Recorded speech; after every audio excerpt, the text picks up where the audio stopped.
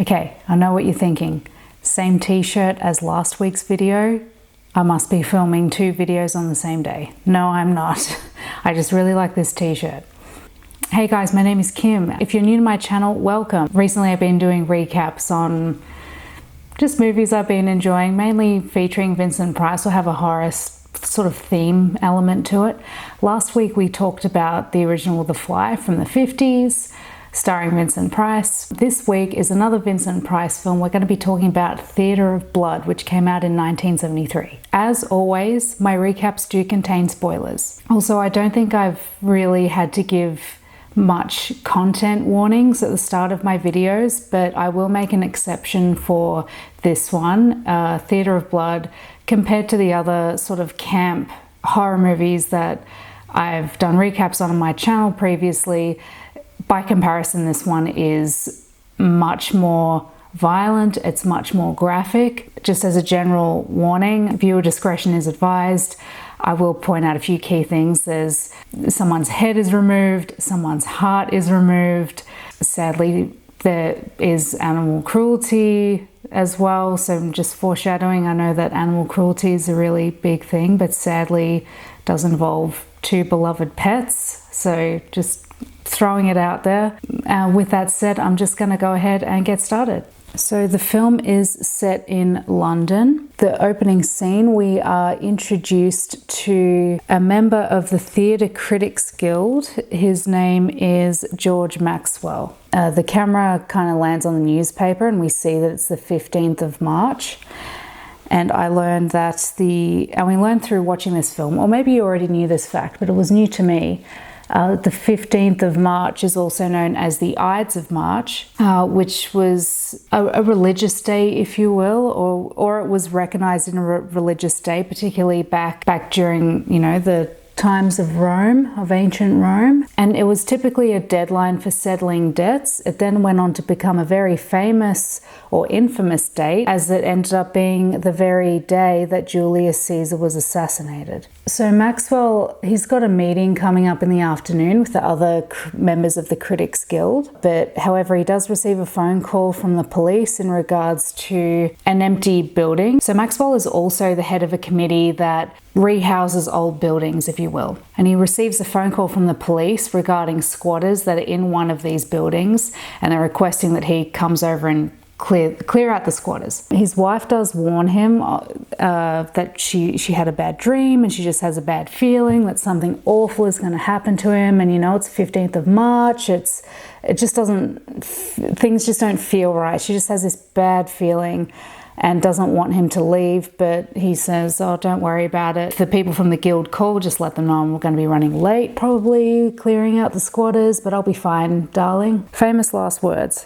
Okay, so he goes to the building. He's escorted in by the 2 police officers and he's trying to clear out the squatters when they all of a sudden start attacking him and stab him to death. As he lays there dying, one of the police officers reveals himself as Edward Lionheart, played by Vincent Price, who is a Shakespearean actor. Maxwell, being a theatre critic, wrote a rather scathing review of his performance in the Shakespearean play Julius Caesar. And as he's dying, Lionheart recites a couple of lines from his review, if you call it that, his scathing critique, as well as reciting some lines from the play itself. So it does appear that he's getting his revenge. Julius Caesar famously assassinated by being stabbed to death. And now this critic who wrote a very scathing review about Vincent Price's performance in the play has now been killed in the exact same way that Julius Caesar was killed. So the scene changes and we see all the other critics, or all the other members of this Critics Guild, and yes, they are at their meeting and they are wondering where Maxwell is. They receive word that he has been killed, and one of the members of the guild, I don't know if he's the head of the group or whatever, he just seems to be the man in charge, or at least that's the way he carries himself, Devlin.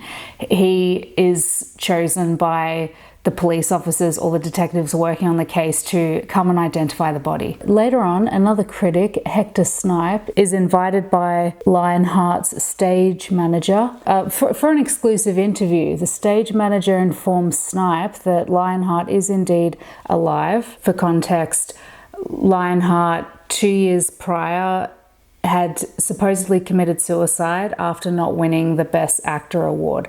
The group of critics and the members of the guild, they all voted against him. They gave the award to somebody else, and this drove him to commit suicide. He just went mad. However, he did in fact survive. A group of vagrants, we call them deros if you're from Australia, derelicts, you know, the vagrants. They're quite, it's a rather derogatory term, I think, these days, but it's the term that's sort of used in the film and also, you know, on websites that I researched about this movie. So we'll stick with the term vagrants. I don't really think it's derogatory. It is probably a bit of a rude term, but this film did come out in the 70s after all. Anyway, he supposedly committed suicide by diving into the river, and his body was never found. However, he was rescued by the vagrants, and it's my opinion that he's just been, you know, plotting his revenge for the last 2 years, because everybody for the last 2 years, they've all believed that he's just been dead this entire time. Anyway, all that aside, so yeah, the stage manager invites Snipe for an exclusive interview. One, the fact that Lionheart is indeed alive and has been alive this whole time, and two, he's about to make his triumphant return back to the theatre. However, this doesn't turn out to be quite the exclusive interview that Snipe was hoping, but instead Lionheart reminds Snipe of the scathing review he made about one of his performances. So Lionheart impales Snipe on a spear. So the next day we see the critics. They're at the cemetery. They're actually at Maxwell's funeral. While they're there, they witness a horse dragging Snipe's body along the ground. Snipe's body is attached via rope to the horse's tail. This is a reference to the murder from Troilus and Cressida. I really hope I pronounced that correctly. Very famous Shakespeare play. Side note, I've only ever read 3 Shakespeare plays in my life: Romeo and Juliet, Macbeth, and Hamlet. And only one of those 3 is referenced in this movie. So while I have heard of these plays, I have no idea how to pronounce them, and I have no idea what any of them are about. So if I pronounce things wrong, or if I get storylines wrong, like I did do some research on the plays, but honestly not that much. I was more focused on researching the movie itself. Anyway, so with Snipe being the second critic, because also the police inspectors were attending the funeral as well, and they're like, well, starting to look a bit suspicious. Have you guys made some enemies? Like, would there be anybody out there who you guys have offended? Is it the same person committing these murders? And just as everyone's discussing this, Devlin looks over and recognizes Edwina, Lionheart's daughter. She's coming to visit her father's grave. So he goes over to talk to her. Very, very quickly, Devlin starts wondering if Lionheart could potentially be alive. And he sort of hints this to Edwina, and she's adamant that her father is in fact dead. And, you know, you critics were so cruel to him. You guys are, you know, I consider you guys his murderers. He may have killed himself, but you guys drove him to it. I've smudged this. It's all right, we'll go for the grungy look. This is quite a dark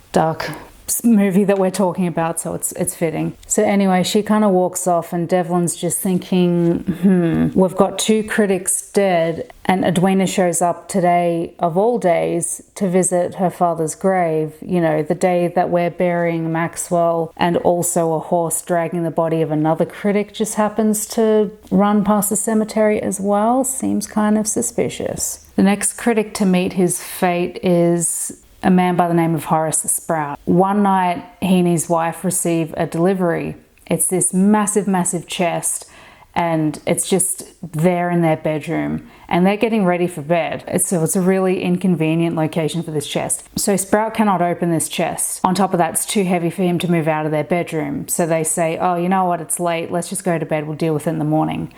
So in the middle of the night, the chest opens, and out pops Lionheart and his stage manager. And they're all decked out in doctor's garments, doctor's scrubs, and have all this medical equipment. They're both already asleep, but to make sure that they stay knocked out, they sedate both Sprout and his wife and then proceed to cut Sprout's head off.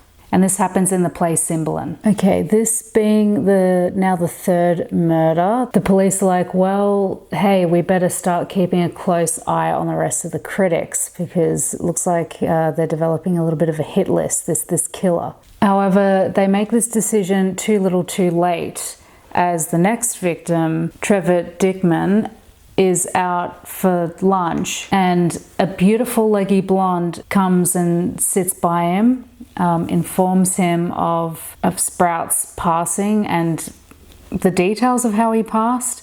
She goes on to say that he was a dear friend of hers and how she's an aspiring actress who's starring in an upcoming play, The Merchant of Venice, and he was going to go and watch their rehearsal.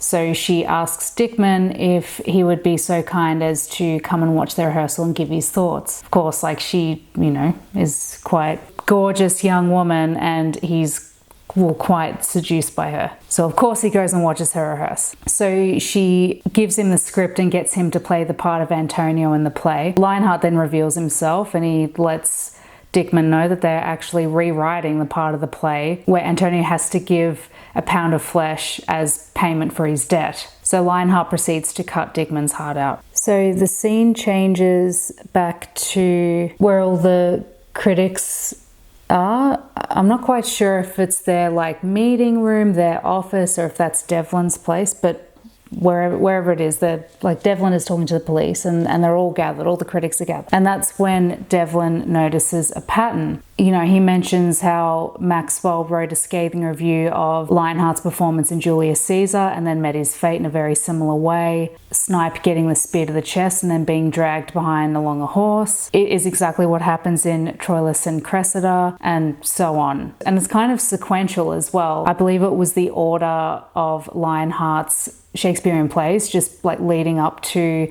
the awards night where he failed to get the Best Actor award. And the next one is The Merchant of Venice. So Devlin also tells the police about Lionheart was convinced that he was going to win Best Actor at the awards ceremony that year. However, the award was given to someone else. And that was when he flew into a rage and quoted Hamlet before committing suicide, before jumping into the river below and supposedly committing suicide. So Devlin starts insinuating that Lionheart could be alive and enacting his revenge. He does understand how far-fetched his theory is though, and he does kind of suggest that, because Edwina was actually there that day as well when he jumped from the building. So he thinks that if Lionheart didn't commit these murders, perhaps Edwina did, or she is at least involved in some way. Just at that moment, they receive a delivery from supposedly Dickman that says, "I'm sorry I can't be here for the meeting, but my heart is with you," or something to that effect. They open the box and it's his heart that's inside. The next critic to meet an untimely death is Oliver Landing, who is invited to a wine tasting. And I think I now understand why this movie is considered a horror comedy. Well, in my opinion at least. Because the police in this movie are freaking awful. Because Dickman is the fourth victim now, and the police have already said, all right, we're going to keep a watchful eye. And after Dickman, you know, being the fourth victim, they're like, we're going to be even more watchful. They escort these critics to their appointments, their invitations, and then they don't go inside with them.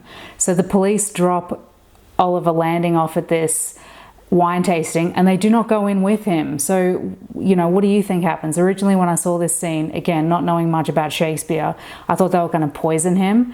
But what they do is they drown him in a wine barrel. And this is in the play Richard III. And there is one very famous Shakespeare quote. I didn't actually know this was from Richard III until he said it. "Now is the winter of our discontent." I've heard that Shakespearean quote a number of times. I'm sure you all have as well. It's one of the opening lines. I think it might even be the very first line of the play. And yeah, there you go. It's from Richard III, in case you didn't know, because I certainly didn't. Anyway, the whole drowning in the wine barrel thing, that's how the Duke of Clarence in the Richard III play died. So Devlin and the police go and meet with Edwina, and she's essentially taken by the police down to the station for questioning. So even though signs are pointing to Lionheart being alive, the police don't have any concrete evidence of this, which makes Edwina the prime suspect at this point in time, because at least they know that she's alive, and she's also the person closest to Lionheart. So at the moment she's at least a person of interest if she's not a prime suspect. Now Devlin is an amateur fencer, and he goes to a public gym to I guess just get some practice with some other people. You know, I guess what fencers do, really. And one of the vagrants, who is friends with Lionheart, actually puts a sign on the door saying like, sorry, we're closed or whatever, like after Devlin walks in, so that nobody else comes in after him. So Devlin goes in, he puts his fencing gear on, he sees another fencer, and he's a little bit confused as to why nobody else is there, but whatever. He's happy to have a sparring partner. Lionheart very quickly reveals who he is, and he also has the, you know, the safety button that they put on the end of fencing swords. That is taken off, so it's, you know, it's got the pointy end. They decide to reenact the very famous duel scene from Romeo and Juliet. Lionheart turns out to be quite the fencer, injuring Devlin, however decides not to kill him. So Lionheart doesn't kill him because, you know, he needs Devlin to go back to the cops and confirm that Lionheart is alive, and therefore the police will let Edwina go. I think I have a little bit of glue stuck to the ends of these lashes, but we're just going to deal with it. Lionheart then targets his next victim, Solomon Saltery. Hopefully I'm pronouncing the name correctly. However, he goes about it a different way. So instead of killing Saltery, he convinces him that his wife is having an affair. And in a jealous rage, Saltery strangles his own wife to death. This is what happens in the play Othello.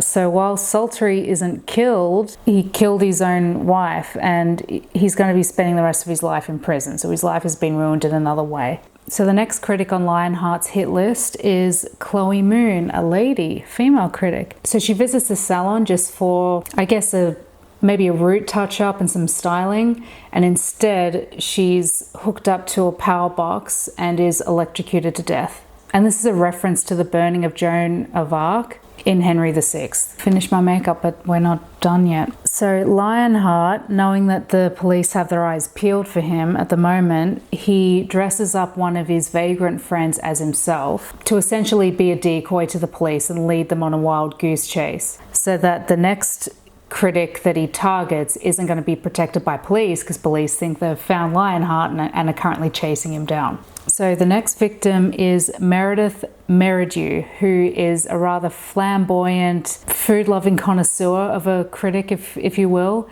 He has two beloved toy poodles, and he gets home and he's calling for his poodles. He can't find them anywhere. All of a sudden, he is surprised by what looks like the TV crew and chefs of a popular cooking show. It's actually Lionheart disguised as a chef, and his vagrants are disguised as a filming crew. And they have made this delicious looking pie just for Meridew to eat. So Meridew's tucking into this pie and he's enjoying every bite. And he's saying that he wishes he could find his dogs. He doesn't know where they are. They're somewhere in the house, because he would love to, you know, feed some of the pie to his dogs. Lionheart reveals himself and also reveals the delicious meat in the pie that Meridew is enjoying is actually that of his two dogs. He and his vagrant friends pin him to the table, and they force feed him the pie that he's just found out is made from the meat of his own dogs, until he chokes to death. This is how Queen Tamora in Titus Andronicus passed away. I really hope I pronounced that correctly. I don't think I did. Similar fate to a character in a Shakespearean play. Devlin is then kidnapped by Lionheart's friends and brought to Lionheart's theatre. It is now revealed that Lionheart's stage manager has actually been Edwina this whole time, just in disguise. She was also the leggy blonde who seduced Dickman. Lionheart demands that Devlin give him the Best Actor award. And if he refuses, he'll be killed by 2 red-hot daggers put to his eyes, just like Gloucester in King Lear. The daggers are rigged to a kind of pulley system. I'll have to show footage of what I mean by this. I feel like I wouldn't be able to explain the contraption with words. It's much easier if I just show you some clips. So it's supported by a big bag of sand. It's like weighing it down so that it stops the daggers from sliding along and stabbing Devlin in the eyeballs.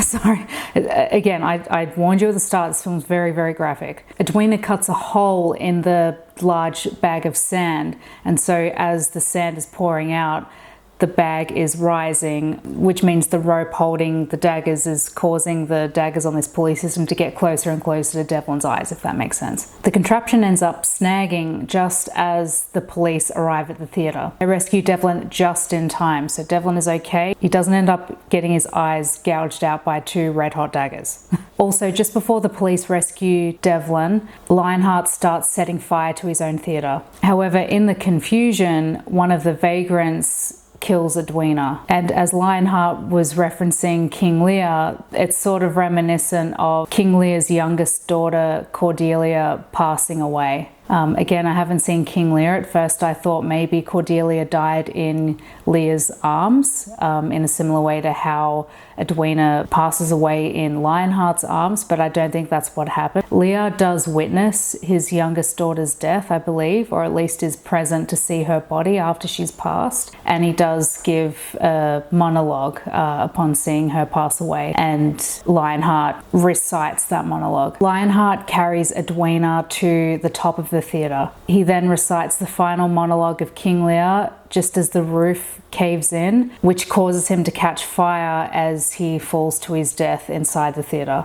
So Devlin and the police witness Lionheart fall to his death, and Devlin comments on how he was overacting as usual, but, and I quote, "But you must admit, he did know how to make an exit." And that is the end of the film. A couple of interesting facts. This film was originally going to be titled Much Ado About Murder, which is a play on words, Much Ado About Nothing, which I thought was quite clever. Vincent Price had always wanted to act in a Shakespearean play, and I suppose never really got the opportunity to do that. So when the opportunity to do this film came along, he jumped at the chance and was able to recite some of the most famous quotes from Shakespearean plays. For example, Julius Caesar, "Friends, Romans, countrymen, lend me your ears. Now is the winter of our discontent," which I mentioned earlier. And of course, in the scene where he supposedly commits suicide, he quotes the famous "to be or not to be" speech from Hamlet.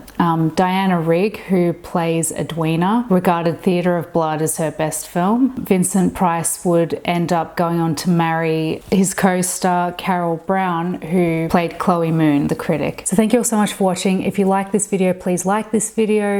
Have you seen this film? Do you think you will see this film? Let me know in the comments. Let me know if you have any requests on what you would like me to do a recap of next. Please feel free to leave that in the comments as well. So if you could please subscribe, I'd really appreciate it. It would really help me out. And with that said, I will see you all in my next video. Bye.